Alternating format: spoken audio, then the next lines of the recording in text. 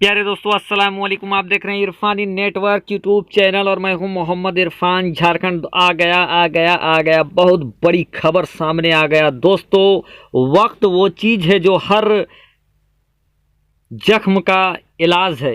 वक्त वो है जो बदलता है। कभी किसी का वक्त एक समान नहीं रहता है।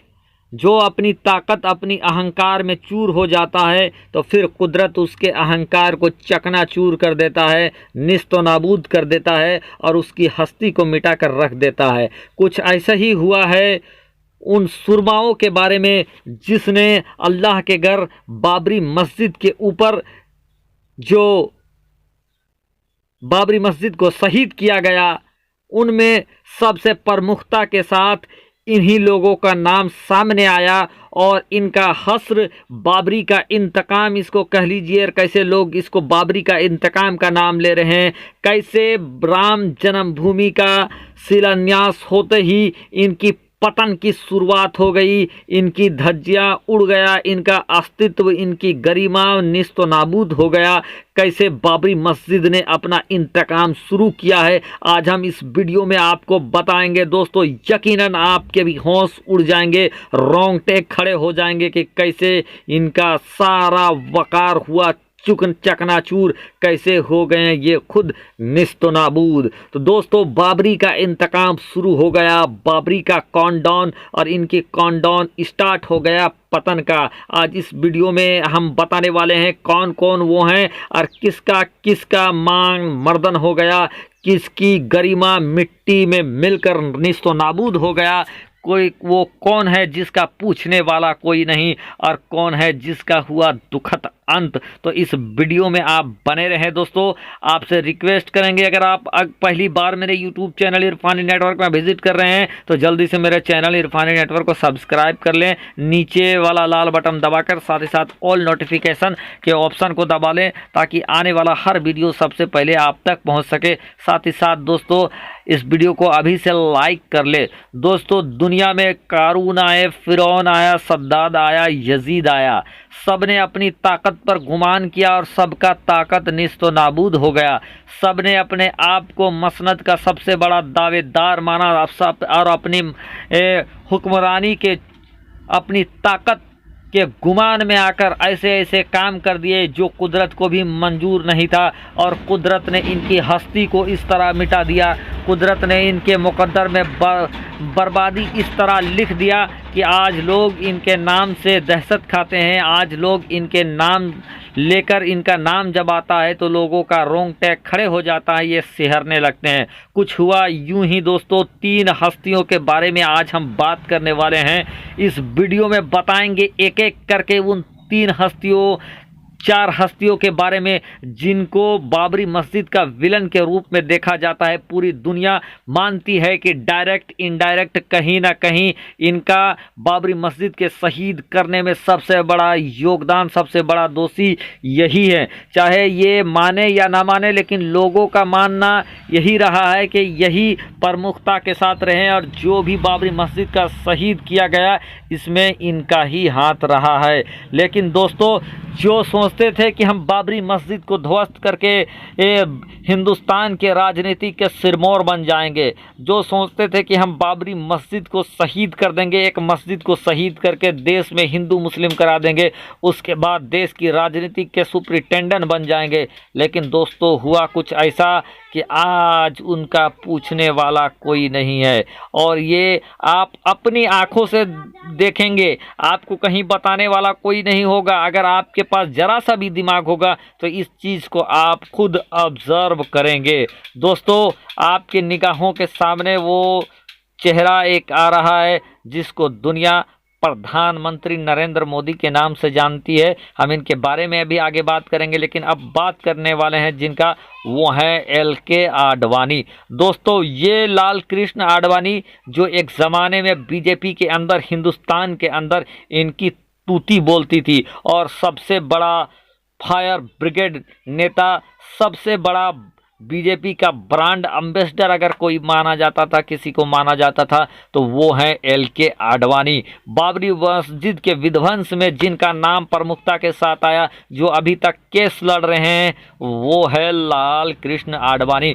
दोस्तों, जहां इनकी मंसूबा रही होगी कि मंदिर को तोड़कर हम मस्जिद को तोड़कर मंदिर बनाएंगे, उसके बाद हम देश के सबसे बड़े कुर्सी तक पहुंच जाएंगे। लेकिन दोस्तों, मजाकिया तौर पर ही सही, लेकिन लालू प्रसाद ने लोकसभा के अंदर इनके बारे में कहा कि आपने मस्जिद को तोड़ा है, आप कभी भी हिंदुस्तान के प्रधानमंत्री नहीं बन पाएंगे।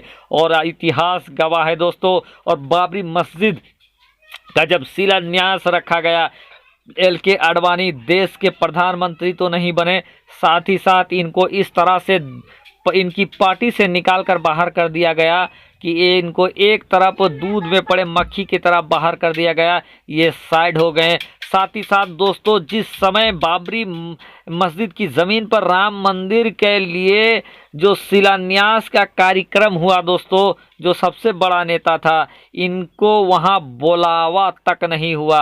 तो इनकी राजनीति, इनकी गरिमा का पतन, इनका दुख अंत वहीं से हो गया। वहीं इनके लिए सबसे बड़ी बात रही कि जो अभी तक उस मामले में कोर्ट के चक्कर खा रहे हैं, उनको वहां बुलाया तक नहीं गया। दोस्तों, इस चेहरे को भी आप नहीं भूले होंगे, उमा भारती। ये भी उसी बाबरी मस्जिद के चक्कर में घिरी हुई है और बाबरी मस्जिद के इंतकाम का शिकार हुई है। इनका भी ये जो एक समय में बीजेपी का सुपर फायर ब्रांड माना जाता था, लेकिन इनकी भी पूछ बाबरी मस्जिद के शिलान्यास में नहीं हुई। और एक तरह से बाबरी मस्जिद ने इनके गरिमा को चकनाचूर कर दिया। कभी भी अल्लाह के घर को कोई तबाह करके अपने इज्जत वकार को बढ़ा नहीं सकता है दोस्तों। और इनका इज्जत वकार उसी समय मलियामेट हो गया जब इनको भी बाबरी मस्जिद के जगह पे राम जन्मभूमि के भूमि पूजन में नहीं बुलाया गया। वो उमा भारती जिनके एक एक शब्द पे हिंदुस्तान के करोड़ों लोग झूम जाते थे, वो उमा भारती जो बीजेपी का फायर ब्रांड नेता मानी जाती थी, वो उमा भारती जो मध्य प्रदेश का दिग्गज चेहरा मानी जाती थी और अभी भी इस दुनिया में मौजूद है। कई मंत्री भी रहे, चीफ मिनिस्टर भी रहे, लेकिन इनको भी नहीं बुलाया गया। दोस्तों, ये तमाम चीज़ें ये दर्शाता है कि कैसे इनका वकार मिट गया, कैसे इनका जो ताकत था, जो ये अपनी ताकत दिखाते थे, ये सारा चकनाचूर हो गया इसी ज़मीन के ऊपर, इसी मिट्टी के ऊपर। दोस्तों, आपने इनको भी नहीं भूला होगा। काफ़ी सहज और काफ़ी सौम्य नज़र आने वाले ये हैं मुरली मनोहर जोशी। आपने इनके बारे में भी सुना होगा। हिंदुस्तान के कई बड़े बड़े मंत्रालय में मंत्री रह चुके, सूझबूझ के मालिक इनको कहा जाता है और उत्तर प्रदेश की सियासत का एक बड़ा नाम, बड़ा चेहरा कहा जाता है, बीजेपी का बड़ा चेहरा। लेकिन दोस्तों, इनका भी नाम बाबरी मस्जिद के शहीद करने में इनका भी नाम आया। हालांकि इन्होंने इनकार करते रहे कोर्ट के सामने, लेकिन लोग इनको भी उसका दोषी मानते हैं और आज इनका भी जो राजनीतिक पतन हो गया, साथ ही साथ इनका भी बीजेपी के अंदर से ऐसे निकाल कर फेंक दिया गया जैसे दूध की मक्खी। दोस्तों, आप देखें वक्त कैसे बदल रहा है। जो तस्वीर आपके सामने इस समय है, ये उत्तर प्रदेश की सियासत में सबसे बड़े चेहरे के रूप में योगी आदित्यनाथ आते हैं। दोस्तों, वक्त सबका बदलता है। एक समय ऐसा भी वक्त आ रहा था जब योगी आदित्यनाथ खुद MP होते हुए संसद भवन के अंदर फूट फूट कर रोते हुए नजर आए, लेकिन उसी योगी आदित्यनाथ का किस्मत बदला, किस्मत ने करवट लिया और आज ये उत्तर प्रदेश के सुपरिटेंडेंट बन गए हैं, उत्तर प्रदेश की सियासत के सबसे बड़े चेहरे बन गए हैं। तो दोस्तों, जिनका नाम बाबरी मस्जिद के शहीद करने में आया, बाबरी मस्जिद की ज़मीन के ऊपर जिस दिन शिलान्यास हुआ, उसी दिन से उनका राजनीतिक पतन स्टार्ट हो गया। उसी दिन से उनको इतना बड़ा झटका लगा कि उनको बुलाया तक नहीं गया। दोस्तों, एक नाम प्रवीण तोगड़िया, उसको कौन भूल सकते हैं, जिसका आपने शुरू में चेहरा देखा। प्रवीण तोगड़िया विश्व हिंदू परिषद का सबसे बड़ा चेहरा। एक समय उनकी बात से लाखों लाख लोग उनकी बात को लब्बैक कहते थे। अपनी ताकत, अपनी सियासत और अपनी हैसियत से तूती बुलाने वाला परवीन तोगड़िया का अंत देखे, कितना दुखद अंत हुआ कि आज जिस परवीन तोगड़िया को सबसे बड़ा बाबरी मस्जिद के विध्वंसक का सबसे बड़ा कारक माना जाता है, उस परवीन तोगड़िया को राम जन्मभूमि शिलान्यास के लिए जिंदा होते हुए भी उनको बुलाया नहीं गया, और इसका अफसोस परवीन तोगड़िया को जिंदगी भर रहेगा। तो दोस्तों, ये इंतकाम है बाबरी मस्जिद का।